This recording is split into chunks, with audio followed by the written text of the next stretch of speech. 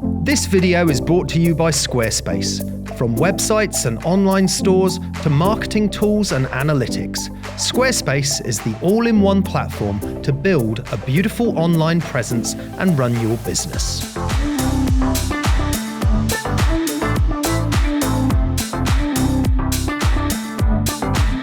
Head to squarespace.com for a free trial. And when you're ready to launch, go to squarespace.com/Carl to save 10% off your first purchase of a website or domain.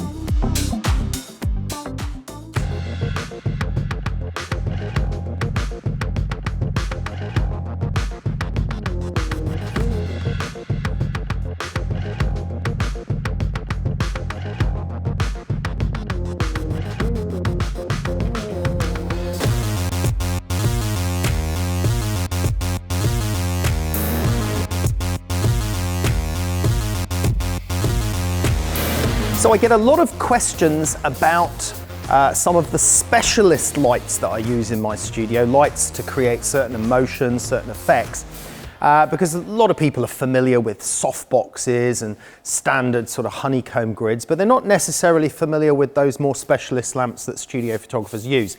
So I thought I'd give you a run through of some of the main kit I use and the slight differences between them. So we have 3 lamps here at the moment that we call Fresnels, okay? That's the type of glass modifier that you have in the front. It's basically the same type of Fresnel that you have in a lighthouse that creates a very strong beam, narrow beam, and can cast it a long way, a concentrated beam. And it has a lovely fall off at the edge of that beam. So as you can see here, these 3 Fresnels are in different sizes. We have a larger one, a medium-sized one, and a small one there. But let me explain a little bit of difference about that, because we're going to go and move on to something very important afterwards, and that's to do with projection attachments. This is a projection attachment on here, and this is also a projection attachment, which actually is what we use mostly for this particular light, the Pulso Spot 4. Which is what makes that light particularly special. We'll come back to that in a minute. Let's first of all talk about Fresnels. So as I said, Fresnels are like a lighthouse beam, the type of glass that you have in a lighthouse. Let's have a look what it does. If we look over there, and I just turn this around, and if you take a look at the light on the wall, you can see we have a lovely spot of light, but a beautiful gradient fall off in the way that light tapers away really nicely. But you have the added advantage of being able to zoom the light, so you can make it tighter spot, or you can make the light spread out more softly from less of a spot, so from flood to spot. Okay, so that's the Broncolor fluter, and that simply works by putting a standard lamp head into the light. So this is just a normal lamp head. Let me turn the modeling light off a minute. Normal lamp head, and you see it's got a frosted dome. And the frosted dome is because we need to create a point light source for Fresnels to work better. So we put the frosted dome on the lamp head, and then that pops into there, and there you can see with the modeling light the type of effect that we get with the large Fresnel fluter. That's my favorite Fresnel light. I use that a lot for creating beautiful background glows, for spotlighting key particular things, creating high contrast lighting or a sort of sunlight look from time to time as well.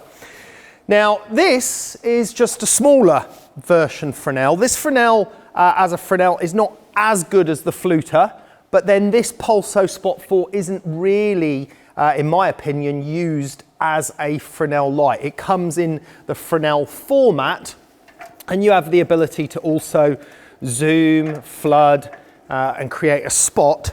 But as I said, the main purpose of this light is to actually use it, in my opinion, with the projection attachment, which we'll come to shortly. This one is a pico light, and a pico light is just a normal small lamp head, so it's still just a studio light, but it's just a compact one, commonly used by product photographers because it's nice and small and you can fit it into small spaces, so I use that a lot for product photography. This is also a pico light. It's exactly the same, but it just has a different attachment on the end. So that lamp there is the same as that lamp. You can see it's got a frosted front face here, and that's again simply to create more of a point light source, which works better for Fresnels and for projection attachments. So that's a projection attachment that I'm just popping on the front of that one. And then this is a Fresnel attachment, which we're popping. So you can see the Fresnel lens, and there's the way we zoom and focus it. So let's take a quick look at that. So I'll pop the Fresnel attachment back on there, that clips on. And you can see it's much weaker on this one because the modeling lamp's not quite so strong. I'll shine it on this wall, but there you can see the flood and to spot, flood and to spot. So nice little usable small Fresnel on that one if you need it. Medium-sized Fresnel, but that fluter is the best Fresnel of all of them. Anyway, that wasn't really going to be my main discussion here. I wanted to discuss projection attachments because this is one of the things I get asked questions about most often. So let's take a look at this light shining on the floor. I'm just going to turn the modeling lamp back on, and if I bring that light in, you can see there's a circle of light, but the beauty with this is I can bring in the gobos within. That's basically these aperture blades that I can control here. And I can bring them in to create any shape I like.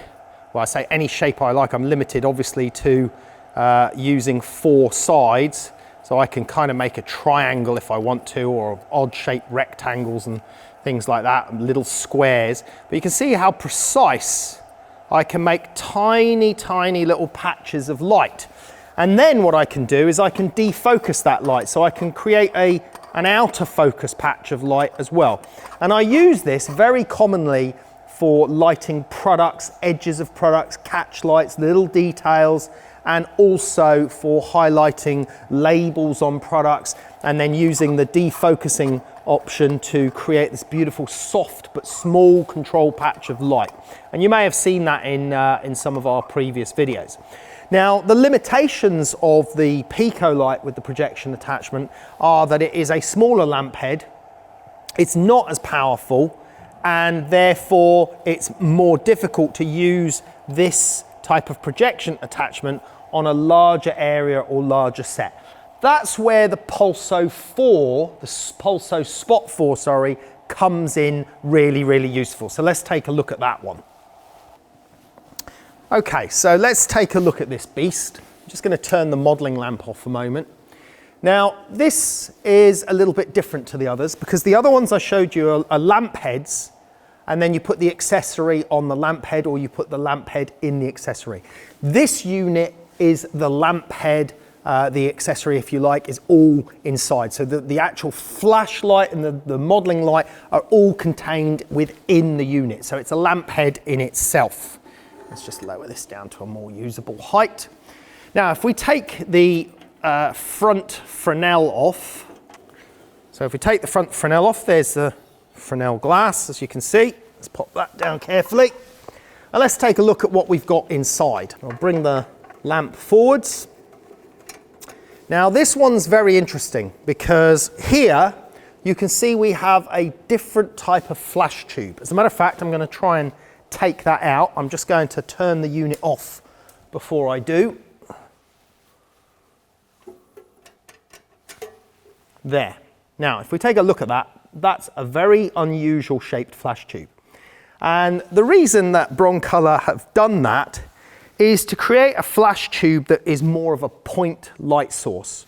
Because remember, as I said before, with Fresnels and projection attachments, for them to work more efficiently and effectively, it's better if the light comes from a point light source rather than a circular donut shaped light source, which is often the case with standard lamp heads, which is why a frosted dome goes over the lamp head in the fluter.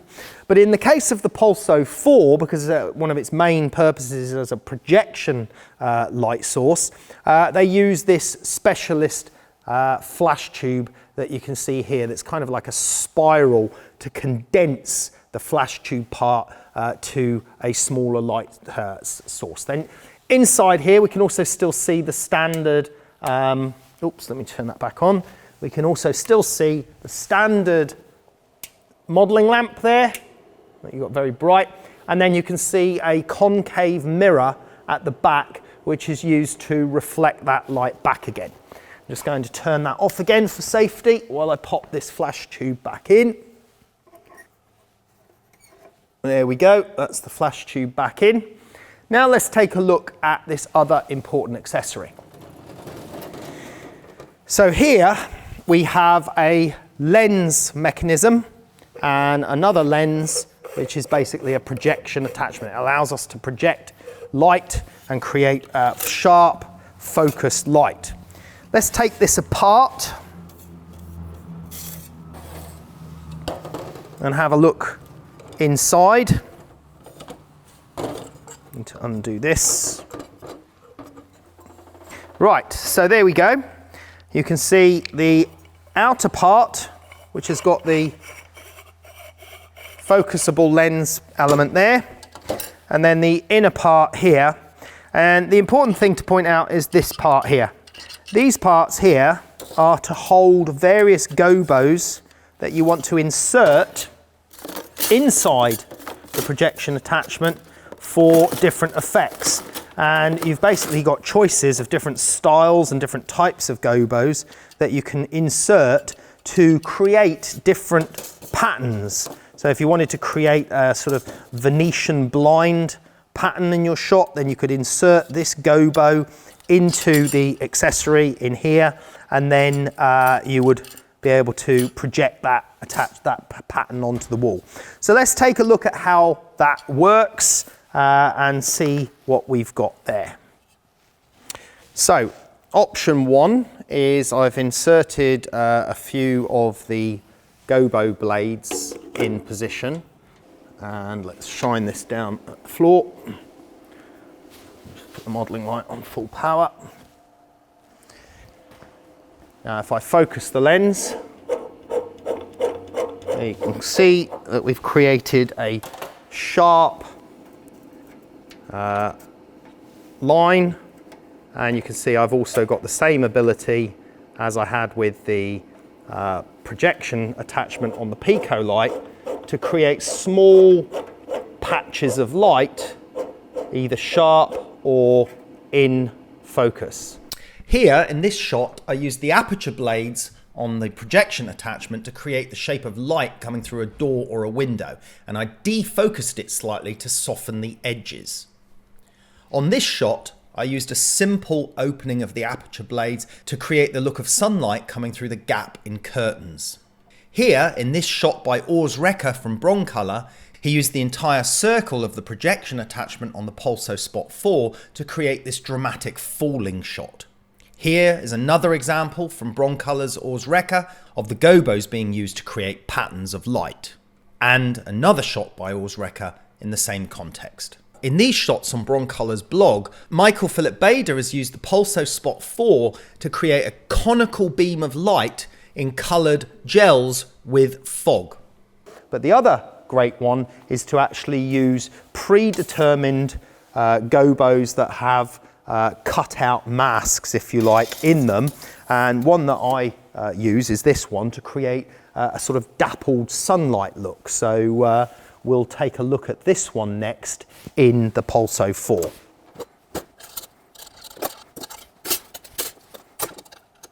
Now, as well as the ability to include these gobo masks of different shapes and different effects, you can also insert smaller circles if you want to create just tiny, smaller circle patches of light as well. Right, let's take a look at this one.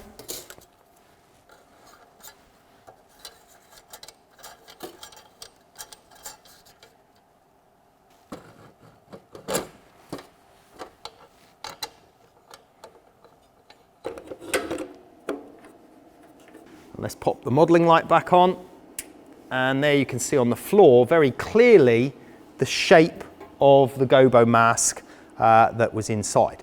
Now that may look a little bit unusable in its current form, but this is one that I actually use quite a bit. And the reason is that I can create that look of dappled sunlight coming through trees or just patches of sunlight. And I do that by simply defocusing the gobo. So changing the focus on the projection attachment at the end allows me to create that sort of look of light falling through trees, which can be great for lighting models, for lighting various product sets. And we recently actually used this on a food photography shoot to create patches of light. And then obviously that is going to be replicated when the flash is fired. And in fact, it will be replicated even better with the flash than it is currently, because at the moment we're seeing the modeling lamp, and the modeling lamp is tucked behind the flash tube. Let's take a look at a different gobo to give you another example.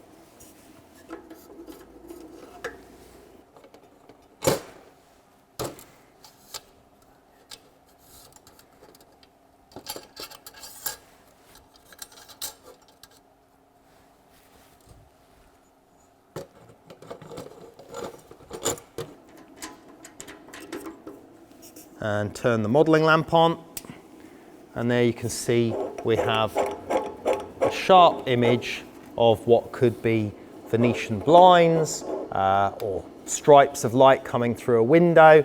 And if you want to rotate the gobo, you don't need to rotate the gobo inside, just simply loosen off the front screws on the Pulso, and then you can rotate the whole front projection attachment to suit. And then, as I mentioned before, you can also defocus the lens so that you can create a softer out of focus version of the projection that you're trying to depict. Now, the beauty as well with these is that you can go down to your local metal shop and you can ask them to create templates specifically cut for you. Sign companies are another good example, ones that use laser cutters, and you can give them a sketch. Say, for instance, you want to project the impression of a French window or a doorway or a particular style of window with certain window shapes and certain lines, or any particular silhouette or cutout shape that you'd like to create. You can sketch that out, take that down to your local metal workshop or a laser cutting shop such as a sign company, and ask them to make specific gobos for you to create your own customized shapes.